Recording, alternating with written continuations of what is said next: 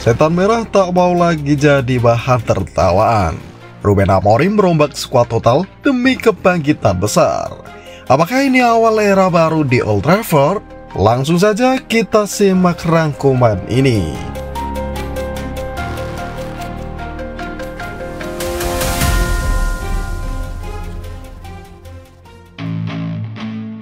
Transfer senyap yang mengejutkan dunia.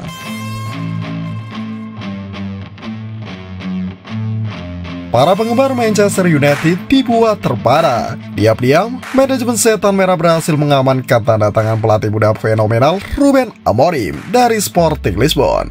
Meski musim debutnya di Old Trafford berjalan buruk, bahkan nyaris membuat tim terdegradasi ke Championship, Amorim mendapat kesempatan kedua. Dan kini, ia membalas kepercayaan itu dengan rencana revolusioner.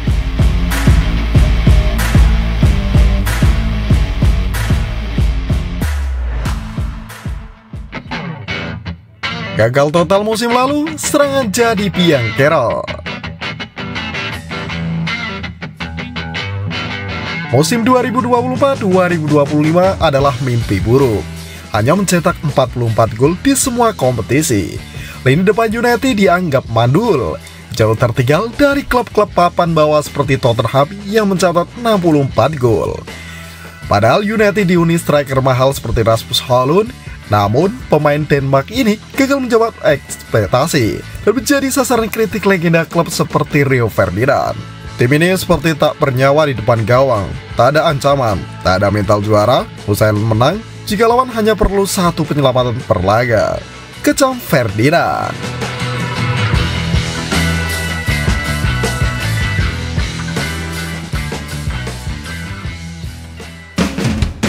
Datangkan mesin gol baru, Bryan Mbeumo.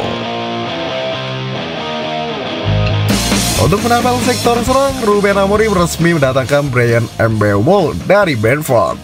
Winger Kamerun berusia 25 tahun itu ditebus dengan harga fantastis, 70 juta euro. Usai mencetak 20 gol dan 8 assist musim lalu, Mbeumo dikenal fleksibel, bisa bermain di kedua sayap maupun sebagai second striker. Sebelumnya, United juga memboyong Matheus Cunha dari Wolverhampton. Duet keduanya disebut akan memberikan opsi serangan yang lebih cair dan eksplosif.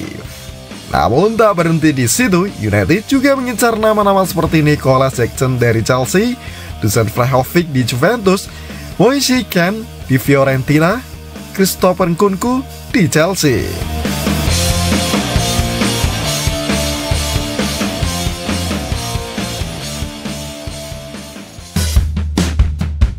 Tambal bocor di lini belakang. Bukan hanya mandul, musim lalu pertahanan Setan Merah juga bobrok. Dari 38 laga, United kebobolan 54 gol dan rata-rata 1,42 gol per laga. Legenda Premier League Alan Shearer menyebut lini belakang United memalukan dan kehilangan standar juara. Sebagai respon, Amorim mengincar beberapa back top, Gonçalo Inácio dari Sporting Lisbon, back tengah kidal dengan 76% rasio duel sukses, dikenal cerdas dalam membaca permainan dan kuat dalam duel udara. Lalu Lucas Beraldo dari Paris Saint-Germain, back muda serba bisa bermain sebagai back tengah maupun back kiri. Dan terakhir, Piero Hensapie dari Bayer Leverkusen. Back asal Ekuador ini disebut sudah menjalin komunikasi intensif dengan manajemen. United juga telah mengamankan Diego Lopez, bek muda Paraguay dari Cerro Porteño. Meski baru 18 tahun, Lopez disebut sebagai generasi emas untuk timnas Paraguay U20.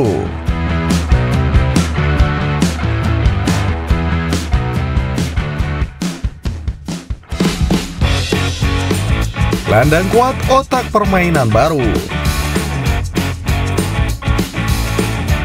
Tak hanya depan dan belakang, lini tengah juga mendapat perhatian besar.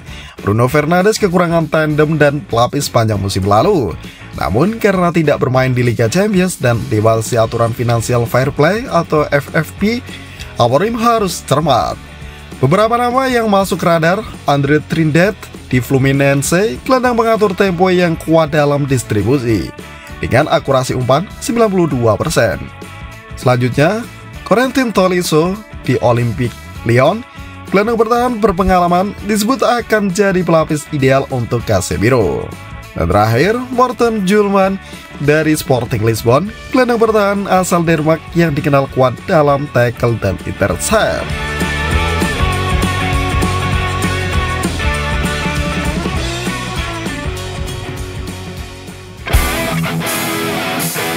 Legenda dukung reformasi total.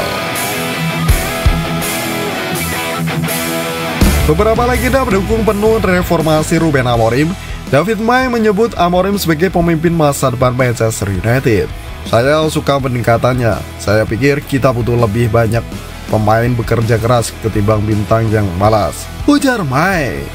Sementara Rio Ferdinand mengaku kecewa karena United gagal mengamankan Jeremy Frimpong, bek kanan cepat yang justru hijrah ke Liverpool. Dia pemain sempurna untuk sistem Amorim. Hati saya tersayat ketika dia pilih Liverpool, ujar Ferdinand.